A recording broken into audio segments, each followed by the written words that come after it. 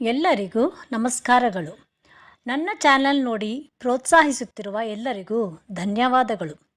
ಇಂದಿನ 2 ಕಥೆಗಳ ಸಂದೇಶ: ಸಜ್ಜನರ ಸಂಘದಿಂದ ದುರ್ಜನರ ಉದ್ಧಾರ.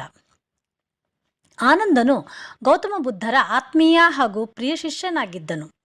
ಅವನು ಸುಂದರ ತರುಣನಾಗಿದ್ದು ಬುದ್ಧರ ಉಪದೇಶಗಳನ್ನು ತಪ್ಪದೇ ಪಾಲಿಸುತ್ತಿದ್ದನು. ಒಮ್ಮೆ ಒಂದೂರಿನ ಪ್ರವಚನದಲ್ಲಿ ಒಬ್ಬ ಪ್ರಸಿದ್ಧ ನರ್ತಕಿ ಆನಂದನನ್ನು ಕಂಡಳು. ಅವನ ತೇಜಸ್ಸು ಮತ್ತು ಸೌಂದರ್ಯಕ್ಕೆ ಅವಳು ಮನಸೋತಳು. ಅವಳು ಜ್ಞಾನದ ನೆಪದಲ್ಲಿ ಆನಂದನನ್ನು ತನ್ನ ಮಹಲಿಗೆ ಆಹ್ವಾನಿಸಿದಳು. ಆನಂದನು ತನ್ನಲ್ಲಿ ಹಲವು ದಿನವಿದ್ದು ಪ್ರವಚನ ನೀಡಿ ಸತ್ಕಾರ ಪಡೆದು ಹೋಗಬೇಕೆಂದು ಆಮಂತ್ರಣ ನೀಡಿದಳು. ಅವಳ ಮನದ ಉದ್ದೇಶ ಪ್ರವಚನ ಕೇಳುವುದಾಗಿರಲಿಲ್ಲ, ಅದು ಬೇರೆಯೇ ಆಗಿತ್ತು.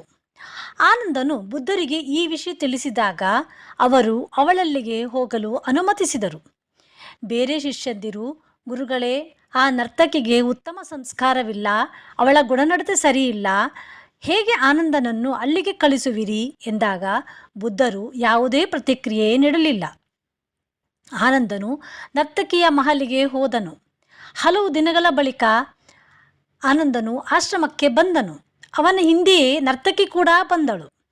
ಅವಳು ಬುದ್ಧರಿಗೆ ಶರಣಾಗಿ ತನ್ನನ್ನು ಶಿಷ್ಯೆ ಆಗಿ ಸ್ವೀಕರಿಸಬೇಕೆಂದು ಕೋರಿದಳು. ಬುದ್ಧರ ಉತ್ತಮ ಶಿಷ್ಯೆ ಆಗಿ ಪರಿವರ್ತನೆ ಆದಳು. ಹೀಗೆ ಆನಂದನ ಉತ್ತಮ ಸಂಘದಿಂದ ಒಬ್ಬ ದುರ್ಗುಣ ಹೊಂದಿದ ನರ್ತಕಿಯ ಮನಪರಿವರ್ತನೆ ಆಯಿತು. ಇನ್ನೊಂದು ಕಥೆಯಲ್ಲಿ ಒಂದು ಜೇನುನೊಣ ಮತ್ತು ಸಾಮಾನ್ಯ ನೊಣ ಸ್ನೇಹಿತರಾಗಿದ್ದವು. ಜೇನುನೊಣ ತನ್ನ ಸ್ನೇಹಿತ ಗಲೀಜು ಜಾಗದಿಂದ ಆಹಾರ ತಿನ್ನುವುದನ್ನು ನೋಡಿ ಬೇಸರಿಸಿತು. ಹೂವಿನಿಂದ ಮಕರಂದ ಹೀರಲು ನೊಣವನ್ನು ಕರೆಯಿತು. ನೊಣ ಹೂವಿನಿಂದ ಮಕರಂದ ಹೀರಲು ಶುರು ಮಾಡಿತು. ಹೂವಿನಲ್ಲಿ ಕುಳಿತ ನೊಣ ಒಂದು ದಿನ ಮಂದಿರಕ್ಕೆ ಹೋಗಿ ಭಗವಂತನಿಗೆ ಹೂವಿನ ಸಮೇತ ಸಮರ್ಪಣೆ ಆಯಿತು. ಸಾಮಾನ್ಯ ನೊಣದ ಜೀವನ ಜೇನಿನ ಸಂಘದಿಂದ ಪಾವನವಾಯಿತು.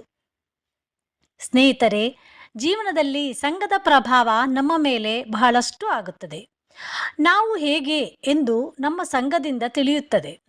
ಶ್ರೀರಾಮನ ಉತ್ತಮ ಗುಣನಡತೆ ಮತ್ತು ಆದರ್ಶದ ಜೀವನ ಅವನ ಜೊತೆಗಿರುವವರ ಮೇಲೆ ತುಂಬ ಪ್ರಭಾವ ಬೀರಿತು. ಅಂದರೆ ಶ್ರೀರಾಮನ ಜೊತೆಯಲ್ಲಿದ್ದ ಭರತ, ಲಕ್ಷ್ಮಣ, ಹನುಮಂತ, ವಿಭೀಷಣ ಮುಂತಾದವರು ಉದ್ಧಾರವಾದರು. ಸಜ್ಜನರ ಸಂಘದಿಂದ ದುರ್ಜನರು ಖಂಡಿತ ಉದ್ಧಾರವಾಗುವರು.